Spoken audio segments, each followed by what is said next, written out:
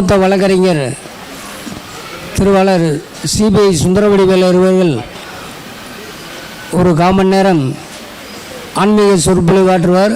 அவர் கடந்த 20 ஆண்டுகளாக நமது பிருந்தாவனத்திற்கு வந்து ராகவேந்தர் அனுப்பிய ஒரு சிறந்த மூத்த வழக்கறிஞர், உச்சநீதிமன்றம் உயர்நீதிமன்றத்தினோட ஓய்வு பெற்ற வழக்கறிஞர். நீங்கள் வந்து சாரி அவர் வழக்கறிஞர் தொழில் பண்ணிக்கிட்டு இருக்காரு இன்னும். சாரி, மன்னிக்கவும். சரி ஒரு சில நிமிடங்கள் அவர் வந்து சொற்பொழிவு ஆற்றுவாருங்கிற அவரை பற்றி உங்களுக்கு எல்லாத்துக்குமே தெரியும். இவங்கெல்லாம் வந்து நம்ம பிருந்தாவனத்தில் வந்து பேசுகிறாங்க, கச்சேரி பண்ணுறாங்க அப்படின்னா அது ராகவேந்தர் கொடுத்த ஒரு பெரிய மிக குடைவள்ளல் தான் நம்ம நினைக்கிறோம். அவருக்கு வந்து பேசுமாறு நம்ம பிருந்தாவனத்தின் சார்பாக அன்போடு கேட்டுக்கொண்டு அவரை பேசுமாறு அன்போடு அழைக்கின்றோம். உங்கள் சார்பாக வருக வருக என வரவேற்று அவரை பேசுமாறு அன்போடு அழைக்கின்றோம்.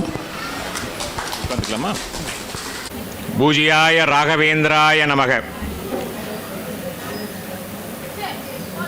கடந்த பல வருடங்களாக இங்கே சூலூர் பிருந்தாவனத்தில் வந்து நான் என் மனசுக்கு தோணுனது, என்னுடைய நெஞ்சில் இருக்கக்கூடிய ராகவேந்திர சுவாமியை பற்றி சில வார்த்தைகள் பேசிட்டு போகிறது வந்துட்டு வருடக்கணக்காக நடந்து கொண்டிருக்கக்கூடிய ஒரு நிகழ்வு. ராகவேந்திர சுவாமியின் 354வது பிருந்தாவன பிரவேசத்தின் ஆராதனை விழாவில் திரும்பவும் இங்கே வந்து சூலூரில் அவருடைய பரம பக்தர்களை சந்தித்து சில வார்த்தைகள், நான் எப்படி ராகவேந்திர சுவாமியுடைய பரம பக்தனாக நான் மாறினேனோ அதனால் நடந்த நிகழ்வுகள், எனக்கு ராகவேந்திர சுவாமியை பற்றி தெரிந்த சில விஷயங்களை உங்களிடம் பகிர்ந்து கொண்டு செல்லலாம் என்பதுதான் என்னுடைய இந்த காலை பொழுதின் நோக்கம். இந்த ஜென்ம பூமியில், இந்த இந்திய துணைக்கண்டத்தில், இந்த பரத கண்டம் என்று சொல்லக்கூடிய இந்த மண்ணில் பல மகான்கள் பல காலங்களாக பிறந்து மக்களுக்கு ஹரிபக்தியை பற்றி எடுத்து கூறி, இந்த உலகம் என்றால் என்ன, உங்கள் வாழ்வு என்றால் என்ன, உங்களுடைய ஆத்மா என்ன, எல்லாவற்றையும் விளக்கி, அதே சமயத்தில் மானிடர்கள் படக்கூடிய துன்பங்களிலிருந்து அதை நீக்கி அவர்கள் எப்படி பெருவாழ்வு வாழ வேண்டும் என்ற நோக்கங்களை எல்லாம் எடுத்து கூறியிருக்கிறார்கள். எனக்கு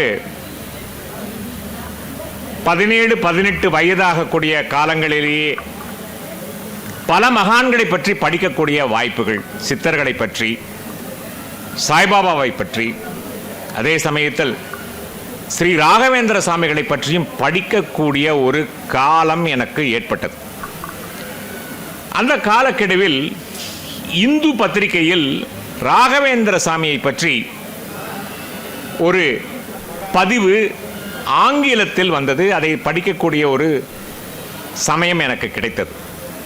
நான் அதை படித்தவுடன் எனக்கு என்ன தோன்றியது என்றால், உடனே மந்திராலயம் செல்ல வேண்டும் என்று. எனக்கு அந்த சமயத்தில் 19-20 வயது, சட்டக்கல்லூரியில் படிக்கக்கூடிய ஒரு வாய்ப்பு எனக்கு ஏற்பட்டிருக்கக்கூடிய ஒரு சமயம். எனக்கு வந்துட்டு அட்மிஷன் கன்ஃபார்ம்டு, கோயம்புத்தூர் லா காலேஜ், மெட்ராஸ் லா காலேஜ் நீங்கள் படிக்கலாம் என்று எனக்கு உத்தரவு வந்துவிட்டது. நான் கோயம்புத்தூர் லா காலேஜில் சேர்ந்து படிக்கலாம் என்ற எண்ணத்தில் இருக்கக்கூடிய சமயத்தில் இந்த பத்திரிகை, இந்து பத்திரிகையில் ராகவேந்திர சுவாமியை பற்றி ஒரு அழகான ஒரு பதிவு. அந்த பதிவின் டைட்டில் நான் உங்களுக்கு சொல்லணும். அது என்னன்னா, த சைலண்ட் கார்டு. கார்டு என்றால் ஜிஓடி இல்லை, GUARD. The silent guard who takes care of humanity. இதுதான் அதோடைய டைட்டில். படித்தா அதில் வந்துட்டு தாமஸ் மன்ரோவை பற்றி, எப்படி அவர் வந்துட்டு அவர் ஜீவசமாதி அடைந்த பிறகு 150 வருடங்கள் கழிந்து ஒரு பிரிட்டிஷ் கலெக்டர் தாமஸ் மன்ரோ முன்னாடி காட்சி தந்து எப்படி வந்து தனக்காக கொடுக்கப்பட்ட இந்த இடத்தை, மாஞ்சாலி கிராமத்தை, இந்த கலெக்டர் திரும்பவும் வந்து கவர்மெண்ட் சார்பில் எடுத்துக்க கூடாது என்று வாதிட்டது, அவருக்கு மந்திராட்சனை கொடுத்தது, இதையெல்லாம் படிக்கும்போது எனக்கு வந்துட்டு ஒரு சிந்தனை. பின்பு இந்த நிகழ்வை வந்துட்டு மெட்ராஸ் கவர்மெண்ட் கெசட், ஆங்கிலேயர்கள் ஒன்று சாதாரண ஆட்கள் கிடையாது. இந்த மாதிரி ஒரு நிகழ்வு ஜீவசமாதி அடைந்த பிறகு ஒரு 150 வருஷம் கழிச்சு ஒரு பிரிட்டிஷ் கலெக்டர் முன்னால ஒரு காட்சியை கொடுத்து ஒரு பேசினார் என்ற நிகழ்வு வந்து பதிவு பண்ணிக்கிறாங்க மெட்ராஸ் கெசட்ல. இதெல்லாம் சாத்தியமா? 19-20 வயசு ஒரு வினாக்கள் எல்லாத்துக்கும் வரும் இல்லையா? அதே தான் எனக்கும் ஏற்பட்டுச்சு. இது நடக்குமா? இது சாத்தியமா? இது நடக்க கூடுமா? இப்படி ஒருத்தர் இருக்காரா? இப்படி ஒருத்தர் இருந்தாரா? ஒரு ஜீவ சமாதி அடைஞ்சிருக்காரா? இன்னும் இருக்காருன்னு சொல்றாங்களே, உண்மையா? மந்திராலயம் போகணுன்ற ஒரு பெரிய ஒரு உந்துதல், அது எதனால ஏற்பட்டுச்சுன்னு தெரியாது. அப்படி ஒரு நெஞ்சில் ஏற்படக்கூடிய ஒரு பிரகாசம், அது படுத்து தூங்கும் போது கூட இது ஏதோ ஒன்று என்னைய வந்துட்டு ஏதோ ஒன்று செஞ்சுது. அடுத்த நாள் ஜெயந்தி ஜனதா எக்ஸ்பிரஸரை பிடிச்சி இளைஞன் டக்குன்னு போன டிக்கெட் வாங்கணும், ஏறணும் ட்ரெயினில் போயாச்சு, மந்திராலயம் போயாச்சு. மந்திராலயம் நான் போன வருடம் 1981. பல பேர் இங்கே இருக்கிறவங்க பிறந்திருக்க கூட மாட்டீங்க, நீங்கள் இருந்திருந்தா கூட சிறு வயசில் இருந்திருப்பீங்க. அப்போ அந்த மாதிரி ஒரு காலகட்டத்தில் மந்திராலயம் கிராமம் அது வந்துட்டு இன்னைக்கு இருக்கிற மாதிரிலாம் கிடையாது. இன்னைக்கு இந்திரலோகமாக இருக்குது. இன்னைக்கு அத்தனை காட்சி, அத்தனை பல்பு, அத்தனை வெளிச்சம். ஒரு கிராமம். அப்போது ராகவேந்திர சாமியை போய் பார்ப்பதற்கு முன்னால் துங்கபத்ரா நதியில் குளிச்சுட்டு அவரை போய் பார்த்து உட்கார்ந்து, அது என்னன்னு தெரியல, அவர் அன்னியிலிருந்து இன்னைக்கு வரையிலும் நான் செய்யக்கூடிய காரியங்கள், என்னுடைய வாழ்க்கை, என்னுடைய நடைமுறைகள், நான் இன்னைக்கு என்ன அப்படின்றதுக்கு எல்லாத்துக்கும் அவர் தான் செஞ்சு கொடுத்துட்ருக்காரு. சில சமயங்கள் அவர் பேசுகிற மாதிரி எனக்கு தோணுது. சில சமயங்கள், சில நிகழ்வுகள், சில கேஸுகள், சில கட்சிக்காரங்கள் ஏதோ ஒன்று கேட்டுக்கொண்டுட்டு என்னென்ற வர்றாங்க. எவ்வளவோ பிரச்சனைகள், மக்களிடையே பிரச்சனை, நமக்கும் பிரச்சனை, எல்லாத்துக்கும் பிரச்சனை. இந்த பிரச்சனைகளாக எல்லாரும் வந்து கேட்கக்கூடிய சமயத்தில் ஏதாவது ஒரு யோசனை, ஏதாவது ஒன்று சொல்கிறேன் அப்படின்னு சொன்னால் அந்த வார்த்தை ராகவேந்திர சாமியோடது அப்படின்ற ஒரு நம்பிக்கை என்னுடைய மனசில். அது அவங்களுக்கும் சில சமயங்களில் ஜெயமாகவே வருகிறது. அவங்களுக்கு நல்ல பாதையை எடுத்து காண்பிக்கக்கூடிய ஒரு சமயம். அப்போ நான் சட்டக்கல்லூரியில் படித்த அந்த காலகட்டத்திலே 3 வருடங்களிலே நான் படித்து முடித்து வழக்கறிஞராக ஆகி, நான் வழக்கறிஞராக உடுப்பு உடுத்துவதற்கு பார் கவுன்சில் எனக்கு வந்துட்டு சர்டிஃபிகேட் தரணும். அந்த சர்டிஃபிகேட் கொடுப்பதற்கு முன்னால் திரும்பவும் ராகவேந்திர சாமி மந்திராலயம் சென்று அவரை தரிசித்துட்டு திரும்ப வந்து கோயம்புத்தூரில் ஆரம்பித்த தொழில் இன்று வரையிலும் நடந்து வருகிறது. நம்ம சேது கூட சொன்னார், ஓய்வுன்னு. ராகவேந்திர சாமி எனக்கு ஓய்வு கொடுத்தா தான் ஓய்வு, அது வரையிலும் ஓய்வே கிடையாதுன்ற ஒரு நம்பிக்கை.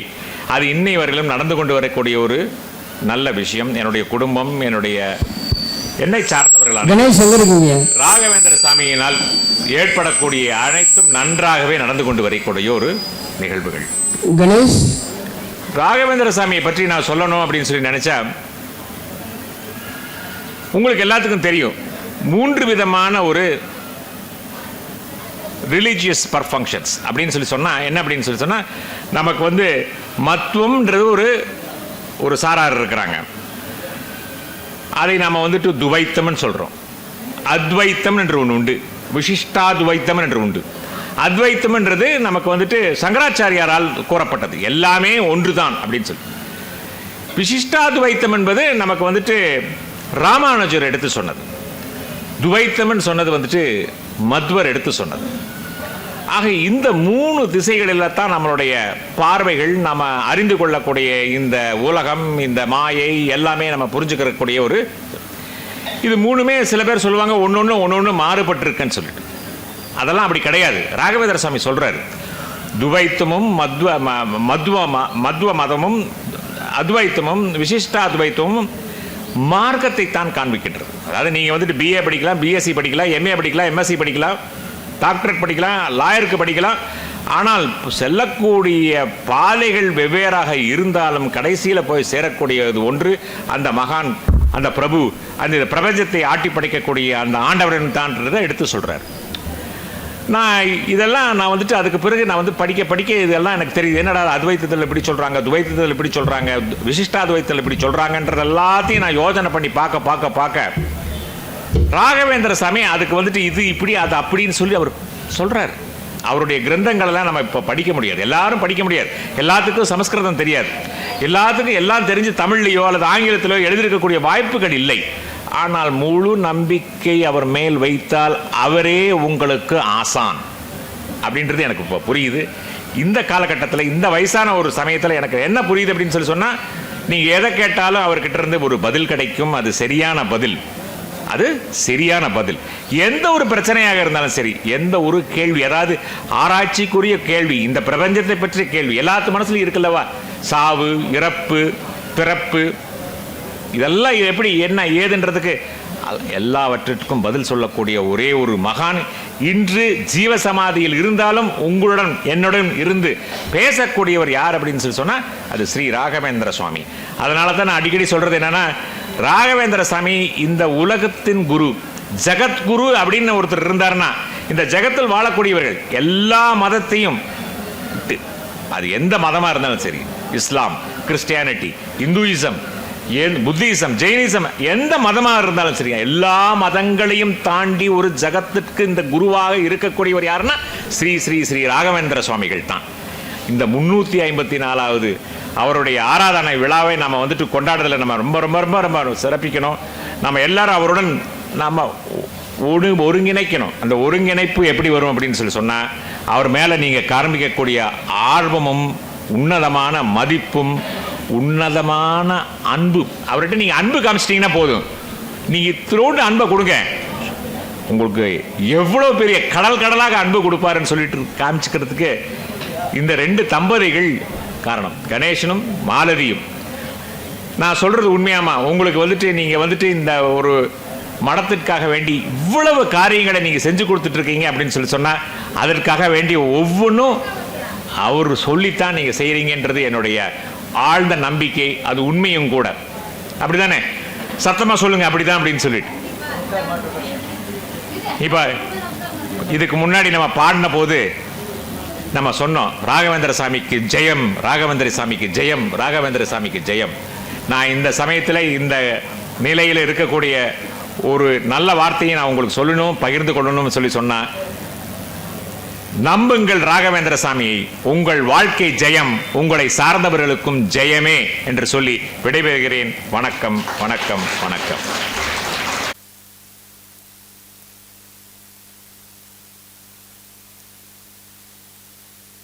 மிக சிறப்பாக